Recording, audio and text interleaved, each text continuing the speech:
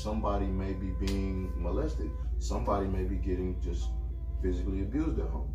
Somebody may be starving because their family don't got no money, or maybe their parents be burning the money up on drugs or some shit. Like, you never know. People have different stuff. We all have different walks of life.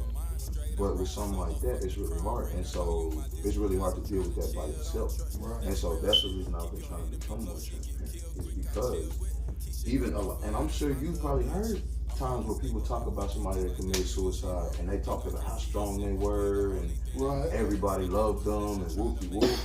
But it's just like, and I feel like a lot of these people are empaths also. Because especially the ones who, like myself, never had been molested, never had drug abuse taking place in the house, physical abuse, bullying, or gang violence. There's none of that. Like, there's no childhood trauma that I've yet to address that might be causing this. Like, I grew up poor as fuck, but there was no trauma that took place. So it's like, on the surface, there's no reason why I should be feeling this. You know what I'm saying? So I can see why my mother would make that remark. But that's what I'm saying, bro. Like, with a lot of older ones, yeah, you know what I'm saying? Because they feel like you didn't have to endure, not necessarily what they did specifically, but just, some type of trauma like that, or just some outrageously hard pathway, something. They feel like maybe you had an easier route, or you didn't have to deal with that. So, what are you sad about? Exactly.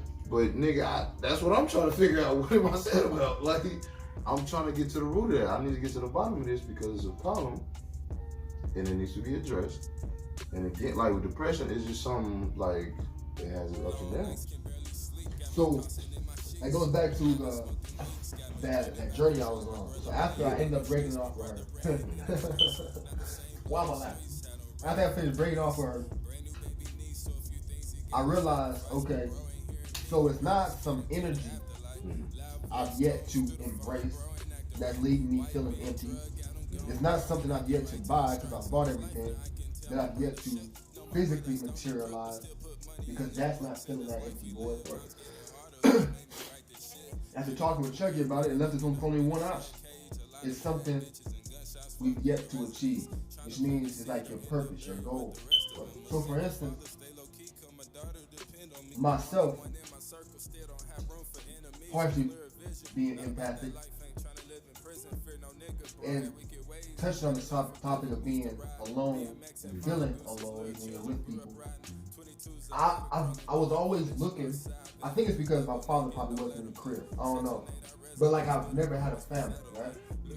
So sometimes I would. What do you like? You mean like a complete? Or like nuclear family, like 2 parents, 2 kids, or parents and kids, like kind of like you're lost, like a boy without a tribe. So you're around people, you're around civilization, but that's not your tribe. Okay. So it's like people are nice, they're smiling, they're offering me things, but I don't belong here. This is not mine. This is not my nation. These aren't my people. Right. That, not all of them African American type tip, but just on like a okay. Are you saying like it was just you, your mama, and Hakeem? Yeah. And like okay, I thought you meant like you didn't. And I was like, what you mean? But okay, right. I get exactly what you're saying.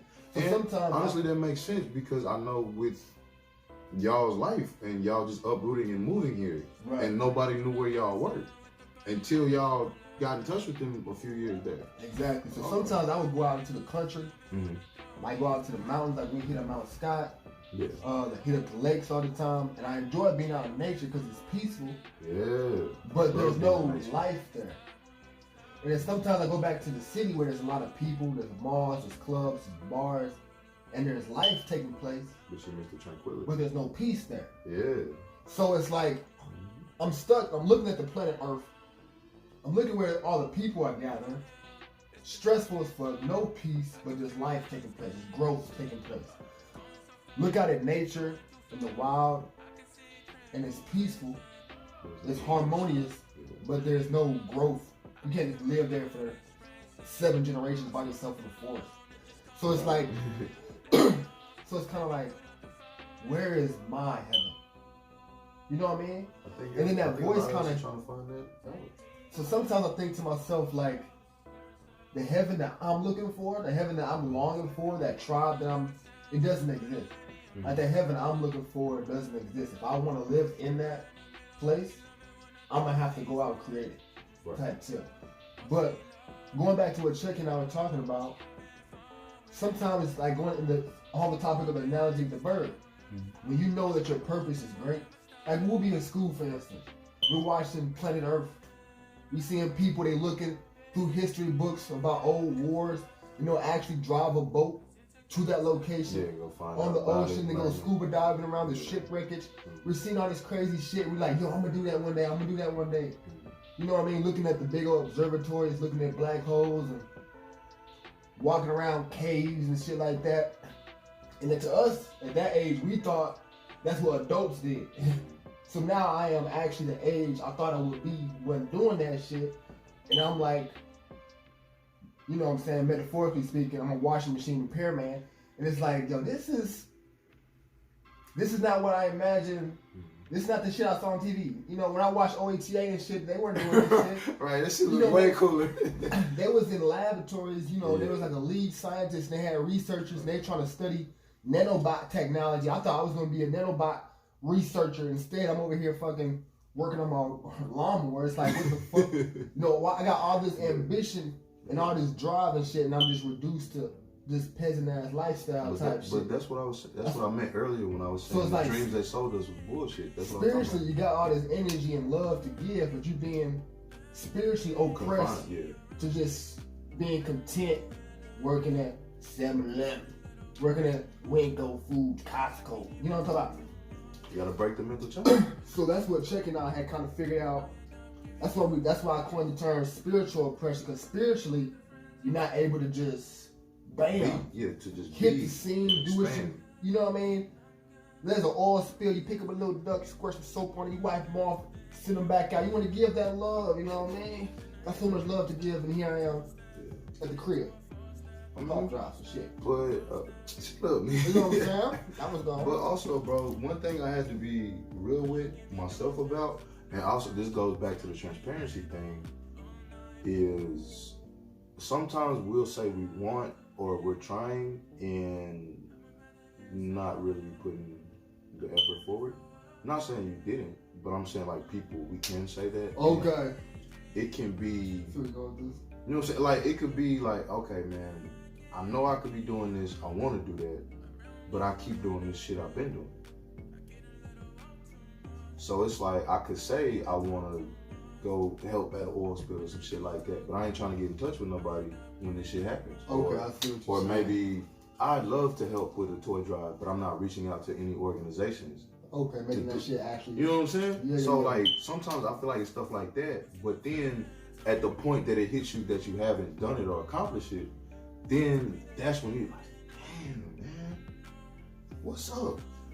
So it's just, I'm learning to get over myself, you know? And you just call that ego? Trying to get over an ego? We can say that. Or prideful? I'm definitely prideful. But I think I have to get over my ego with some things. And more so, just understanding, bro, where you are in life. Like, feeling like at 24, I should be doing buku things. Scuba diving with the dolphins. Some shit like that. But in reality, like me, I have a bachelor's degree. I'm going to get a master's, but I also have debt. Like, these niggas be on my dick now. So I'm gonna have to get in touch with them and get that shit figured out. But like, I could do stuff like that, but I can't really live freely knowing I owe Sally Mae and shit. Yeah. You know what I'm saying? So like, it's more shit to it, you know? So, I don't know. I just, honestly, bro, I feel like a lot of parameters were set for a different time. And so they took the parameters from back then, slapped it on us, and we're failures, but that's because we were never supposed to fit in these. But they didn't give us an opportunity to establish our own boundaries and become what we wanted to be.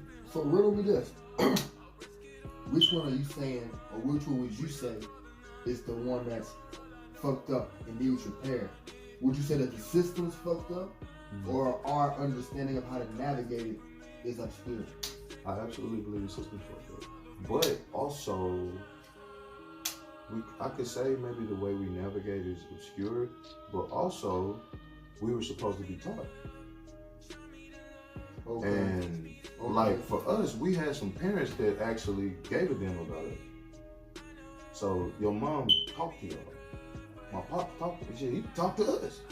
You know what I'm saying? Yeah. So shit like that, but everybody may not be as fortunate. But there's also some things that we do have to learn on our own that maybe they didn't teach us, maybe they want us to learn ourselves, or maybe they didn't need to know it.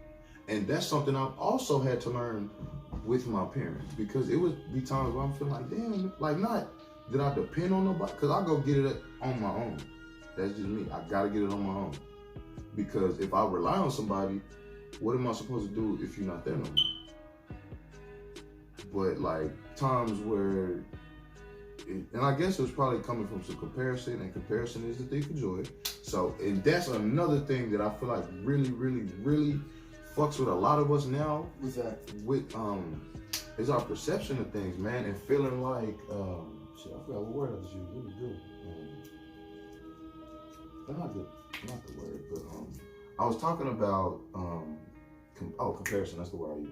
Us comparing things, bro, because like Instagram, and I feel like that's part of why it's so easy, because we see all these people we grew up with in our age group, or maybe it's some people we don't know, but they might be 20, and it just constantly competing with them.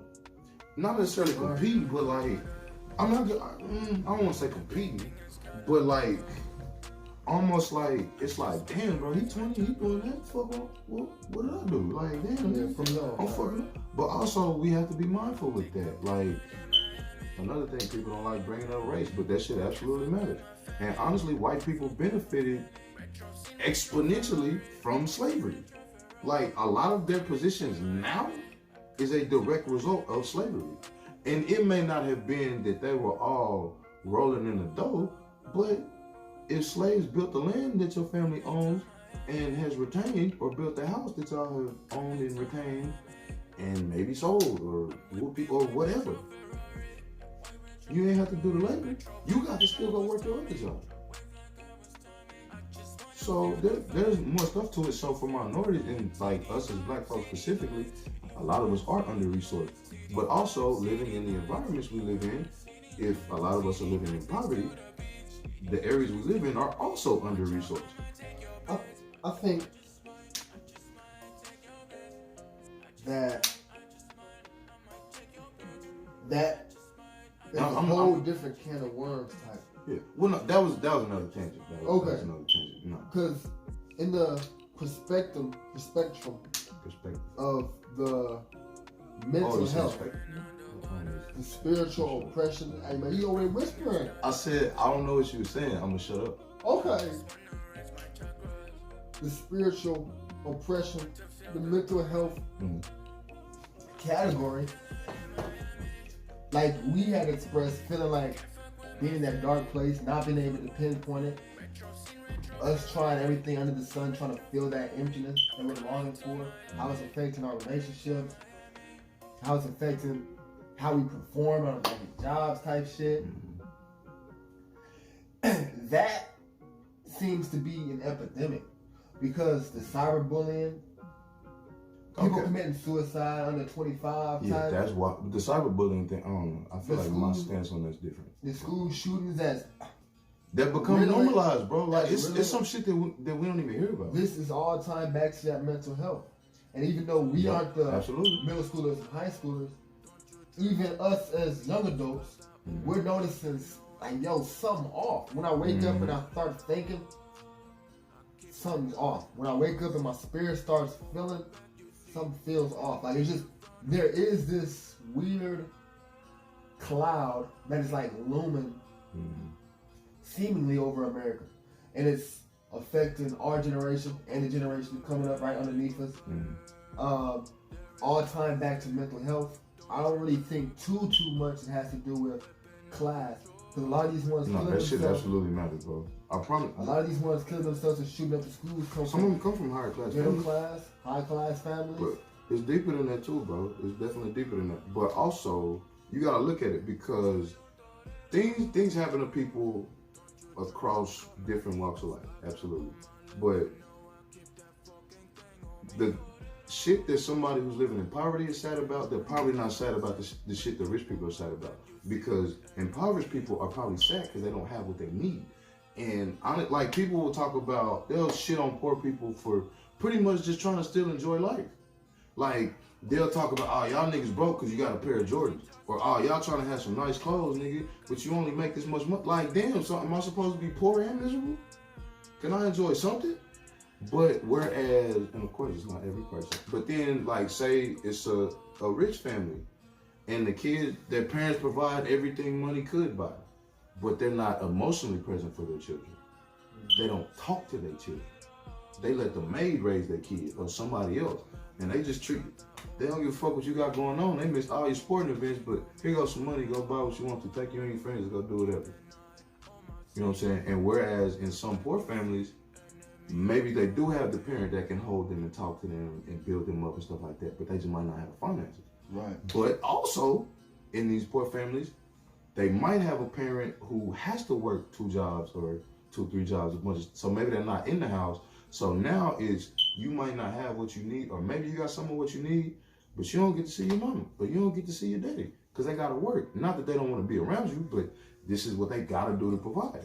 Yeah, you're not getting that attention. Yeah, you're not getting it. So attention. yeah, but it's a really, really tricky thing because there can be so many factors, and there's not just one baseline thing. It's not just one. It's not just this is the common denominator amongst everybody who's feeling something. But what I was gonna say, and I fucked up because I went off on a whole total tangent.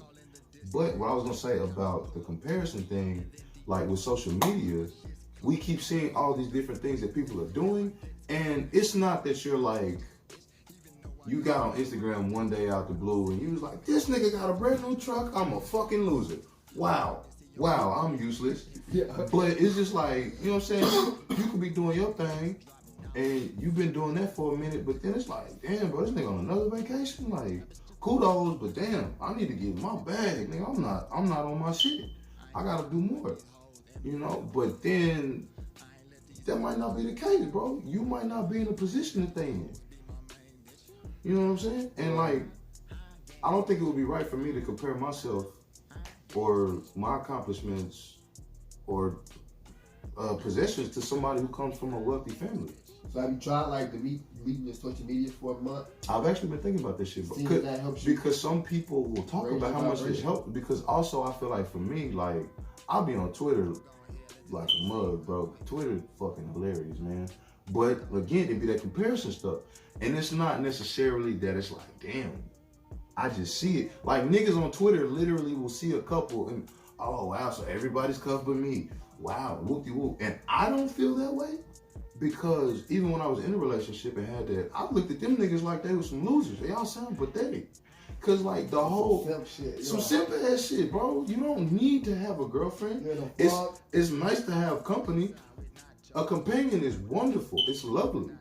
But if it's not somebody who's really should be in your space, you better off without them. But like you just see that stuff all the time, and like I don't feel that way. But after a while, like it can kind of hit you like, damn, nigga, you single now? You been single like 2 months? Whoop-de-whoop. And like it'll be fucked up, but people will pick, or they'll find a picture of maybe like 2 people who are like really big or not conventionally attractive or whoop-de-whoop, and they be like, damn, I can't get a girlfriend, but this nigga got one. Or some shit like that. As fuck. Yeah, you know what I'm saying? But in reality, must be nice. Yeah. Right? Yeah, that bullshit. Whole ass nigga must be nice. But in reality, bro, that might have just worked for those 2 people. But also, nigga, just because it looked good in a picture, it could be complete chaos off camera. Right. But you don't know that. Because people just look at these pictures, and these pictures are not reality. Just trying to fit that image. Exactly. And especially with so many people who do shit just for the gram. This is gonna look good for the gram. Yeah, I'm gonna post on this Audi like it's mine. And I'm gonna put some dope ass caption. These niggas ain't going hard enough. I'm gonna make it seem like I'm inspiring somebody. Trying to fit that and fulfill that social standard. You feel like shit like that. But nigga, you gotta get a ride everywhere or some shit. But you gonna post up on this car like it's yours. Society says you should be in a relationship. You should have a white picket fence in a car. You know what I'm saying? So here you are trying to get that, and then when it's not working, you feel down on yourself. Right. But maybe that's not for you, and it's okay. And like we had just discussed, sometimes you're not in that mental place to be trying to date yet. You still trying to find yourself. Exactly, bro. So you trying to force that image. And you gonna fuck something up, bro. You fucking up a lot of people. Yeah, bro. You could be trying to force that image and then go get involved with it. And it's actually something I'm trying to avoid doing now. Is and I already fucked up because I had sex with the girl and shit. And I really care about her. But like we just friends, but also I don't feel like I'm emotionally available enough to be somebody's boyfriend. And I just don't want to get back in a relationship yet. You're giving your full attention to yourself. That's how it should be. That's what I'm trying to do. But like, God forbid, a child's brought up into it. A lot of these cases, people be bringing children to the equation. Yeah, man, you wasn't even ready. You be fucked. So you finna fuck these kids up for no reason. Cause that negative energy, they like a sponge for. Yeah, bro, and people don't realize that shit, bro. Your kids learn so much from what you do, and just what they observe from you. Right. So people could tell you till you blue in the face as a child. Your parent can tell you till you blue in the face as a child, hey, don't do drugs. You better not ever do any drugs. The day you see them smoke some weed or maybe bump a line or some shit, or you find out this nigga pop pills, it's gonna fuck your head up. Or you hear, let's say my dad always was like, hey man, you gotta be faithful, you gotta be loyal, you need to be a one-woman man. And he preaches this to me my whole life. And I find out this nigga has been cheating in every relationship. That's gonna fuck with your head. So it's like people will try to do these things, but then you bring a kid into it and you're trying to put on this facade thinking this is what the kid needs to see when you're not understanding the child actually understands it all. They imitate what you're doing and they see it's chaotic. You're trying to put on a smile when the baby's around. But I know when they walk away, I hear mommy and daddy screaming and I hear furniture moving. Or she's crying and he's yelling at her. Or mommy's saying daddy's a piece of shit. Or something like that. You see that and it's going to affect them. And what another thing people don't think about is the attachment a parent has to their child affects that child for life. And I feel bad because I'm literally a fucking psych major and don't remember specifically what all the